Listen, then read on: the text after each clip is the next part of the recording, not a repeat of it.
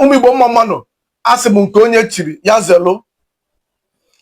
This particular video m bịara ime today abịa m ime maka Mazi Dibia of Nando. Nwanna, I'm highly disappointed ebe ị nọ. You in particular. I'm highly disappointed n'ebe ị nọ. Ọ bụ na mmadụ gwa m na your caliber of person will stoop so low. I nwere ike nga nwoke tọọlụ Obi Cubana na because of ego. I will not believe. I'm the last person that will believe that somebody of your caliber get such a thing.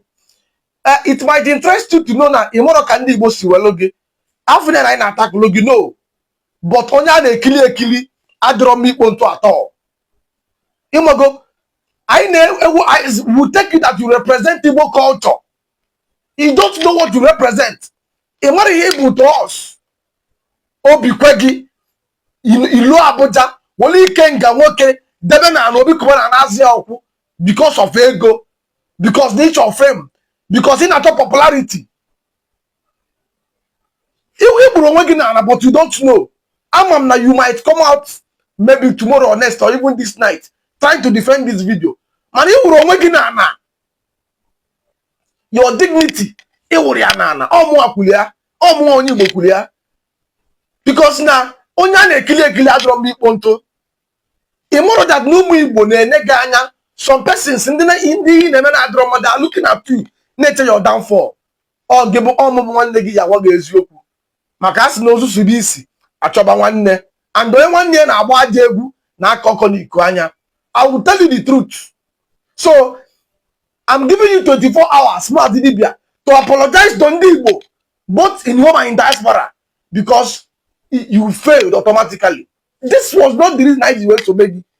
Open this particular thing keep an email on social media. Or open of this particular calling kids makiawe I'm telling you, nobody will follow you. I know so because we saw something precious in you. I feel something that we couldn't see in others in you. It doesn't now wumi banana. If that you want to, it does now wumi. I'm highly disappointed. I'm the one that said it. You have my second video. I actually see me a few minutes ago. Obi Cubana no that a man no this kind of name because now a man of expect need give me something like that. In a particular culture, a tradition, a ordinana, and the 90% of Indian so because of we have been no matter so while he get this two possess so low, you won't make just because of ego, just because of fame. Each other talk garanya. Tell you that you have an image to protect. Mazi Dibia, I'm so much disappointed in you. Thank you and God bless you. Please subscribe on this channel. Subscribe and stay connected for more videos. Thank you and God bless you for watching.